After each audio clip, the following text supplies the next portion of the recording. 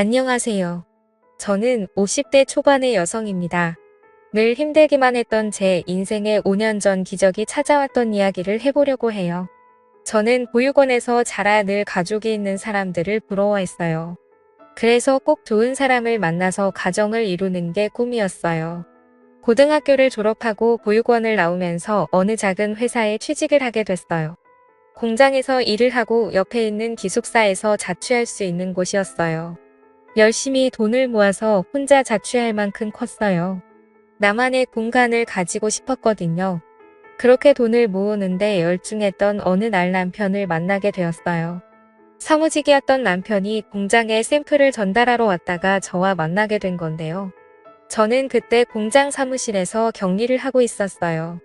남편은 제가 마음에 들었는지 처음 만났을 때부터 친근하게 말을 걸었고 그런 남편이 좋았습니다. 친절하고 따뜻하게 대하는 사람이 별로 없었으니까요. 처음 받아보는 친절의 마음을 뺏겼던 것 같아요. 남편과 6개월 정도 사귀다가 결혼을 했습니다. 어릴 때부터 꿈꿔왔던 가족이 생긴다는 것에 너무 마음이 벅차서 그런 식 내내 울었던 기억이 나네요. 남편은 그런 저를 보면서 결혼했을 날 신부가 그렇게 울면 이혼한다는 대사를 던지며 놀리는 바람에 더 울었었네요.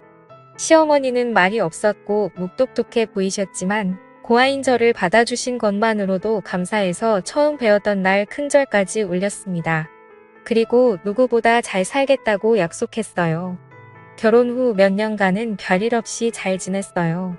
두 아이가 태어났고 저는 애들을 키우려 남편 뒷바라지하려 매일 정신이 없어서 하루가 어떻게 가는지도 모르고 지냈어요. 그때 시어머니 댁에 반찬과 김장김치도 제가 다 했는데 지금 생각하면 그 많은 일을 어떻게 다 했나 엄두가 나지 않네요. 그런데 남편이 조금씩 변해갔어요. 원래 성품이 나았다고 하는 게 더 맞을 것 같아요. 언젠가부터 남편은 월급을 제대로 가져다 주지 않았는데 알고 보니 시어머니가 월급을 달라고 했다는 거였어요. 어머님이 당시에 월급을 달라고 하셨다. 그래도 우리가 쓸 것은 남기고 드려야지. 그렇게 다 가져다 드리면 애들은 어떻게 키우고 우리 생활비는 어쩌고. 지금 당장 내일 장볼 돈도 없는데 미리 말을 해주던가 라고 말하자 남편은 벌어 화를 냈어요. 아니 그동안 내가 가져다 준 돈 다 어쩌고 내일 장볼 돈도 없다고 그래. 그렇게 돈을 물 쓰듯 낭비하니까 엄마가 돈을 달라고 하셨지. 당신 진짜 어쩌려고 돈 관리를 그따위로 하는 거야. 저는 너무 황당하고 어이가 없어서 말했어요. 당신이 가져다 준 돈이 얼마나 된다고 그렇게 말해. 우리 생활비하고 적금 놓고 하면 빠짓해서 남는 것도 없어. 그건 당신이 제일 잘 알잖아. 그리고 내가 무슨 낭비를 해. 낭비할 돈도 없지만 난 몇 년째 옷도 하나도 안 사 입었어. 그렇게 말하면 나는 억울하지. 시끄러워. 앞으로 엄마가 용돈 조금씩 보낸다고 하니까 그걸로 써. 진짜 내가 엄마 보기 창피해서. 라며 소리를 지르고 집에 나가더군요. 시어머니는 제가 친정이 없다고 은근히 일도 많이 시켰고 갑자기 불러서 저녁을 지어라. 친구들이 오니 밥상 차려라. 그런 일은 일도 아니었지만 꼭 다 참고시키는 대로 해왔어요. 그렇게 하는 게 집안에 분란도 안 생기고 나는 미움받아도 우리 애들은 사랑받을 거라고 믿었기 때문이었어요. 하지만 남편의 월급을 가져가는 건 도저히 이해가 되지 않았어요. 어머니 현수 아빠한테 들었는데 월급을 달라고 하셨다면서요. 그런데 그 돈은 제가 적금을 넣고 애들하고 생활도 해야 돼서요. 니네 쓸 돈은 준다고 성준이가 얘기 안 했니? 그동안 보니까 내가 씀씀이가 해프더라. 야채 같은 것도 쓸데없이 많이 사오고 내 식구 먹으면서 뭘 그렇게 많이 사는 거냐? 그래서 내가 가지고 있으면서 쓸 만큼만 주겠다고. 어머니 제가 장을 많이 본 건 시어머니가 저희 반찬을 많이 가져가셔서 넉넉히 만드느라고 그랬던 건데요. 시끄럽다. 너 말하는 게 아주 이상하다. 지금 나 때문에 돈을 많이 썼다는 거야. 그렇게 나오시니 저는 더 이상 아무 말도 할 수 없었어요. 그때부터 저는 시어머니에게 매주 조금씩 돈을 다 써야 했는데 그 돈으로는 애들한테 들어가는 걸 쓰기에도 부족했어요.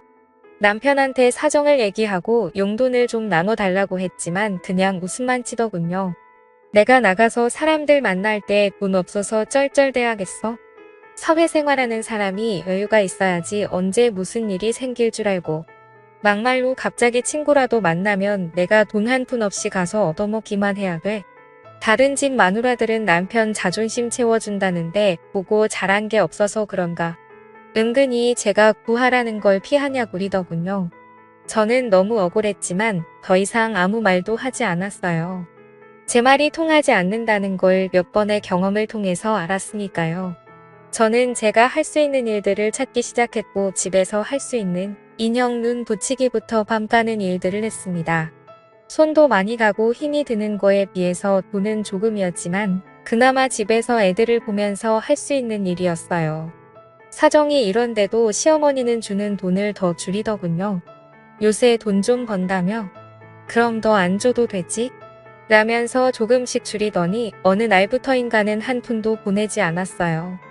어머니 이번 주는 돈 언제 보내주세요? 원래 어제 주셔야 했는데 내가 버는 돈으로 충분히 쓰고 살겠더만 굳이 내 아들이 번 걸 그렇게 가져다 쓰려고 드니 너도 좀 염치가 있어 봐라.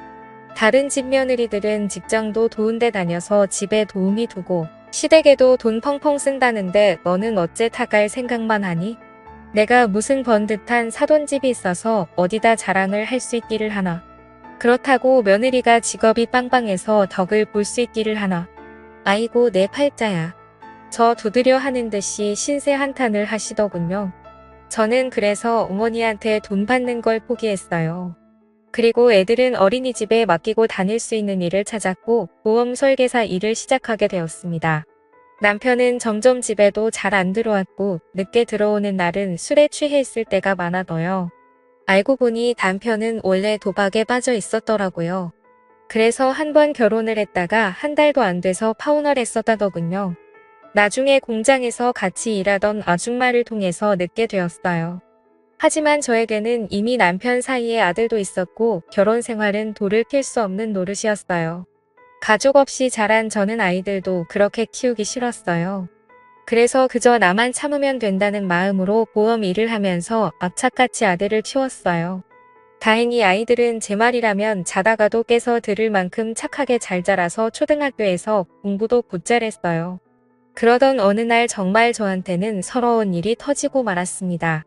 저와 큰아들 현수가 생일이 같아서 둘의 생일 기념으로 잡채를 만들고 아이들이 좋아하는 치킨을 만들어주려고 양념을 다 묻혀서 냉장고에 넣어뒀는데 저녁에 집에 오니 아무것도 없는 게 아니겠어요? 딸아이 말로는 할머니가 와서 가져갔다는데 정말 기도 안 차더군요. 세상에 어느 할머니가 손주 생일날 선물은 못 줄 망정 생일 파티 음식을 가져가나요? 저는 우라통이 터져서 그 길로 시댁으로 쫓아갔어요. 어머니, 오늘 냉장고에 넣어둔 거요. 저랑 현수 생일이라서 만들어 놓은 거예요. 그걸 그냥 가져가시면 어떡해요? 그리고 제 생일은 그렇다고 쳐도 어떻게 현수 생일인데 이러실 수가 있어요? 손자 생일인데요. 기억은 하셨어요? 이게 진짜 못 데워 먹어서. 야, 내가 지금 시어머니한테 하는 태도 이게 뭐냐? 뭐 생일? 그래, 너 말 잘했다. 너는 내 생일이라고 언제 뭐 그렇게 특별하게 해준 적이 있니? 너는 내가 내 아들 생일 기억 못한 것만 서운해. 내가 그렇게 손자 생일이 어쩌고 하니 이왕 말 나온 김에 나도 하자. 나는 어쩌다가 천안 고아 며느리를 들이게 돼서 아주 어디 가서 쪽팔려서 말도 못 꺼내고 살았다. 그렇게 사람 창피주고 내가 맨몸으로 와서 자식까지 낳고 살았으면 시어머니한테 고마워서 뭐 하나라도 더 해주려고 해야지. 인간 아니야.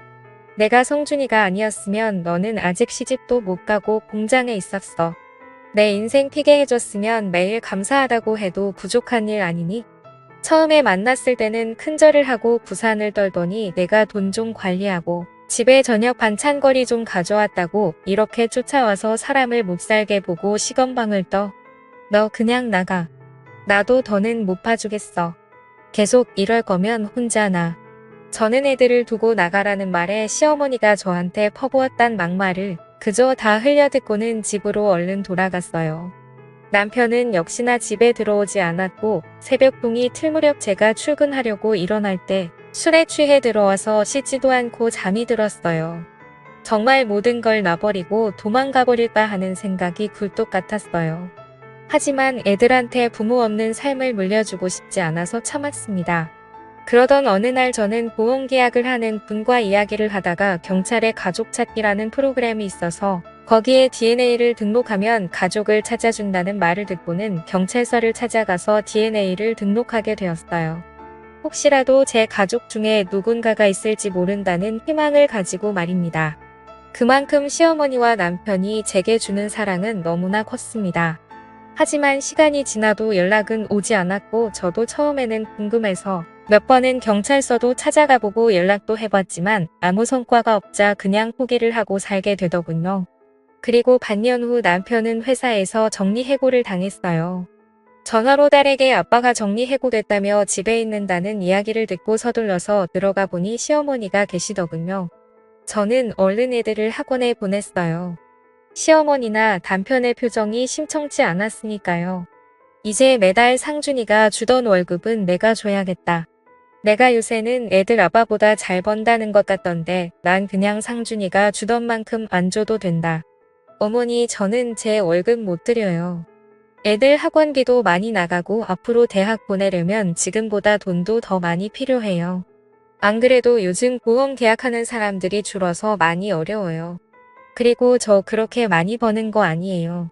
너는 아무것도 없이 시집와서 이만큼 살아놓고도 내 거 챙기겠다고 그러는 거야. 내가 감히 우리 엄마한테 따박따박 말 대답을 해. 내가 항상 이런 식으로 엄마를 대했구나.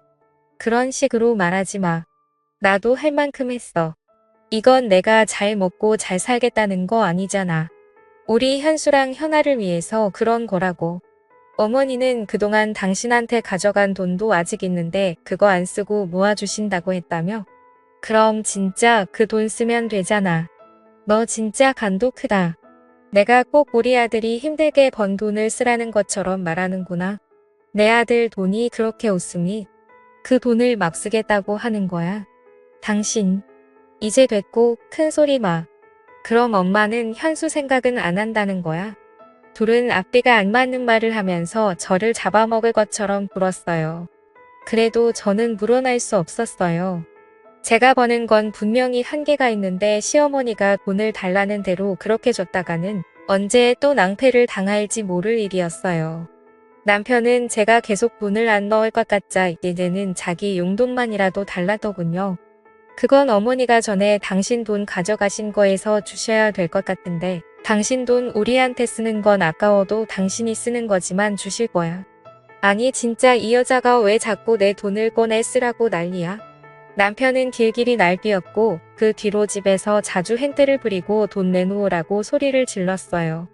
저는 아이들이 남편 때문에 피해보는 것이 싫어서 몰래 밖에서 만나서 돈을 주며 학원으로 바로 보내고는 했습니다. 아이들은 저에게 저런 사람은 아빠도 아니고 할머니도 아니라면서 남보다 더하다고 이혼하고 편하게 혼자 살으라고 했습니다. 이제 겨우 중학교 2학년인 딸아이가 하는 말에 가슴이 찢어질 것 같았어요. 그래도 저는 저런 아빠라도 애들한테 있는 게 낫다고 생각했어요. 그래야 나중에 애들이 지금 제가 겪는 서름을 겪지 않을 테니까요. 그렇게 몇 달이 지났는데 하루는 녹초가 돼서 집에 들어가려고 하니 문이 열리지 않는 거예요. 현관 비밀번호를 몇 번이고 다시 눌러서 경고음이 울렸지만 문이 열리지 않았어요. 당신 안에 없어. 왜 문이 안 열리지? 여보. 남편은 전화도 받지 않더군요. 그러다가 저희 집에 시어머니가 오시길래 문이 안 열려서 사람을 불러야 할 것 같다고 말했습니다. 그랬는데 시어머니는 문을 열고 들어가 버리더니 잠가 버리더군요. 내가 돈을 못 주겠다면 우리도 가만히 있을 수 없다.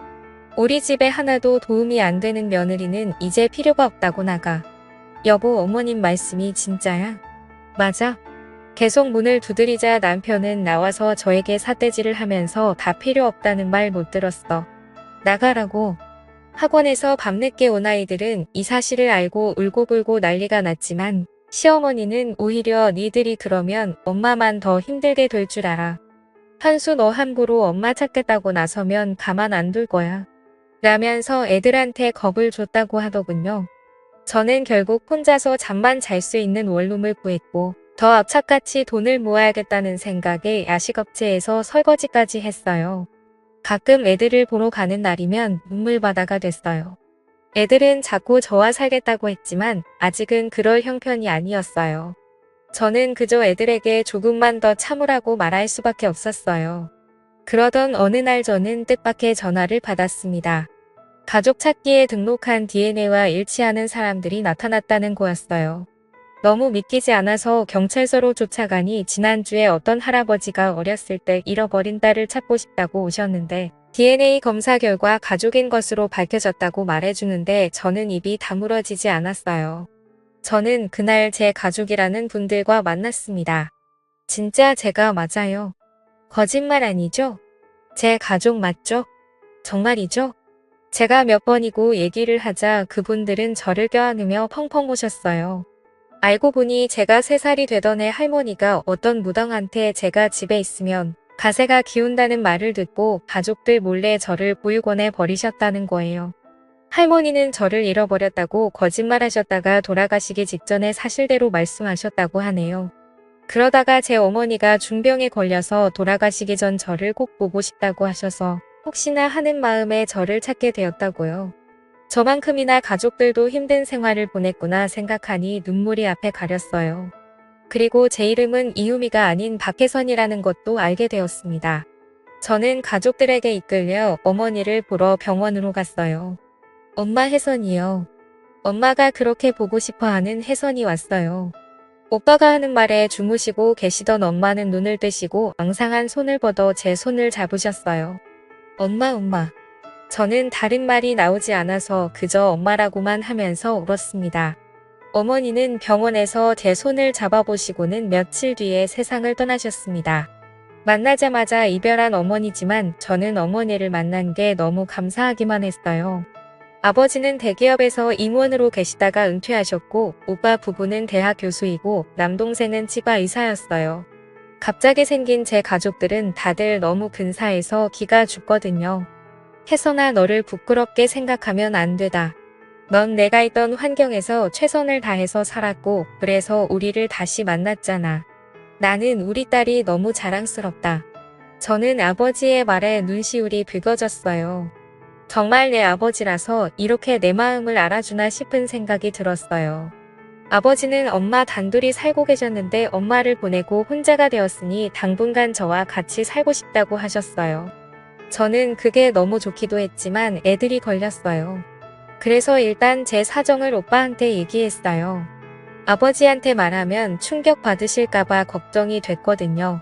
오빠는 아버지한테 말해도 괜찮을 거라면서 잘 말씀드리자고 했고 제 처지를 들은 아버지는 화가 나셔서 그 자리에서 일어나 당장 아이들을 데리러 가자고 하셨어요. 저는 남동생이 운전하는 차를 타고 아버지는 오빠가 운전하는 차를 타고 그렇게 시댁 앞에 검은 세단차 2대를 몰고 갔어요. 제가 벨을 누르자 시어머니는 저인 것을 확인하시고 막말부터 퍼부셨어요. 내가 무슨 낯짝으로 여기까지 왔냐? 이제 돈 좀 내놓을 생각이 들어. 그러자 아버지가 큰 소리로 저희 손주들 데리러 왔습니다라고 하셨고 그 말에 시어머님과 남편이 어리둥절해서 나오더군요. 남편은 저와 제 식구들을 위아래로 훑더니 어디서 등골 베먹을 영감이라도 구했어. 그래서 이렇게 와서 큰 소리 치는 거야. 내 자식들 그런 구질구질한 돈으로 키우게는 못하지. 라고 하자 진짜 생각하는 수준하고는 저분이 제 아버지세요. 우리는 회손이 가족입니다.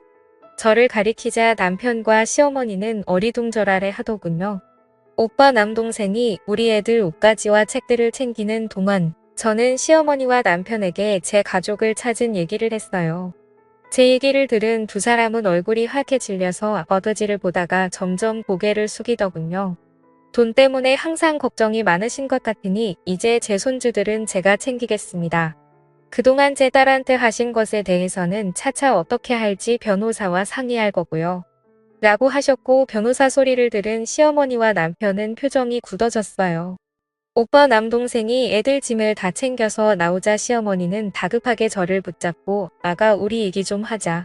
그래도 너 갈고 졌을 때 우리가 받아둬서 여태까지 자랐잖니. 사돈께 말씀 좀 잘 드리고 하는데 오빠가 시어머니의 손을 탁 치면서 남의 동생 함부로 잡지 마시죠. 그리고 받아줘요. 어디서 그런 말씀을 하시죠. 제 동생이 결혼을 했지 이 집에 일하러 들어온 일뿐입니까? 사람이 힘없다고 막대하고 그러는 거 아닙니다. 라면서 차갑게 말했어요. 시어머니는 쩔쩔매기 시작했습니다. 아가, 내가 정말 큰 실수를 했다. 정말 미안하다. 내가 잘못했어. 여보, 미안해. 당신이 돈 안 주니까 그만 꼭 해서 정말 내가 바보 같아서 미안해. 돈을 안 준다고 해서 당신이 그렇게 말을 해. 난 당신이 벌은 돈 거의 만져보지도 못한 사람이야. 그런데 내가 아이들하고 먹고 살겠다고 돈을 안 준다고 사람을 그렇게 내도 못 참. 그것도 일하고 들어온 사람을. 나 이혼 소송할 거니까 그렇게 알고 있어. 저는 애들을 데리러 학교로 갔고 갑자기 왜 할아버지와 왜 삼촌이 생긴 아이들은 어한이 된 건 했지만 곧 너무 기뻐하며 좋아해줬어요. 그리고 시어머니와 남편은 몇 번이고 제게 연락을 하고 찾아오기도 했지만 만나지 않았어요. 한 번은 제가 오빠 부부와 백화점에 갔는데 어떻게 알고 시어머니가 저희를 쫓아오신 거예요. 그래서 오빠가 무슨 얘기를 할 건지 드러나 못했으며 같이 백화점 커피숍으로 들어갔어요. 제 둘 부부는 잘 지냈는데 아들이 회사를 그만두면 문제가 생긴 거예요. 용돈을 안 주겠다고 하니 불화가 좀 있었고 저도 남들 다 받는 폐물임을 예단 못 받고 며느리를 들었는데 제 입장은 생각 안 하시고 무조건 안 좋게 보시네요. 그렇네요. 좋습니다. 그 용돈이라는 것과 폐물 예담해드리고 저희도 가정폭력과 협박으로 아드님과 사돈분 정식으로 고소하겠습니다. 아니 그러시면 얘기가 틀려지죠. 지금 혜선이 이혼 변호사 만나고 왔는데 애들 직원을 들어보니 굉장하더군요. 하루가 멀다 하고 술 마시고 도박하고 집에 안 들어오는 아버지, 그리고 집에 있는 애들 간식까지 쓸어가고 돈 한 푼 안 보태면서 엄마를 부려먹는 할머니. 이 정도면 이혼 사유가 차고도 넘칩니다. 그리고 집 비밀번호까지 바꾸고 못 들어오게 해서 1년 가까이 밖에서 살겠죠? 이런 것도 다 죄가 될 수 있고 위자료를 받아낼 수 있다고 하던데 저희는 그대로 다 진행할 겁니다. 그러니까 그렇게 알고 계세요. 억울하다는 시어머니의 말에 기가 차서 저도 한마디 했어요. 어머님 집에서 최신형 에어컨에 제일 큰 냉장고까지 있고 부엌도 최신식으로 다 뜯어 고치셨잖아요. 우리 애들은 낡은 에어컨 안 돌아가서 더워서 힘들어할 때 언제 한번 들여다보기라도 하셨어요. 어떻게 이렇게 뻔뻔하세요? 이제 와서 제가 친정이 생기니까 이런 식으로 덜 변하시다니 정말 너무 유치하고 우습네요. 그 미안하다는 말도 못 믿겠으니까 나중에 법정에서 만나죠. 시어머니는 주변에서 다 쳐다보자 얼굴을 숙이고 서둘러 돌아갔어요. 저는 아버지가 잘 아시는 변호사분 소개로 이혼 변호사를 만나서 소송에 승소를 하고 위자료도 받고 정신적인 피해 보상도 받았어요. 지금은 아이들도 다 대학 가고 저는 인생 처음으로 매일 편안한 생활을 하고 있어요. 이런 든든한 가족들이 있다는 게 살아가면서 이렇게나 힘이 된다는 걸 몰랐어요. 가지고 있을 때는 모른다고 하던데요. 많은 분들께서 가족이라는 존재가 원래 있었기 때문에 너무도 당연한 거라서 소중함을 잘 못 느끼실지도 모르겠어요. 오늘은 더 따뜻한 마음으로 가족들 한번 더 생각해 보시는 건 어떨까요? 저 같은 사람도 웃을 날이 오니 하연 들으시는 분들에게도 좋은 일들 생겼으면 좋겠다는 마음으로 이야기를 하게 되었습니다. 그럼 다들 행복하세요. 들어주셔서 감사합니다.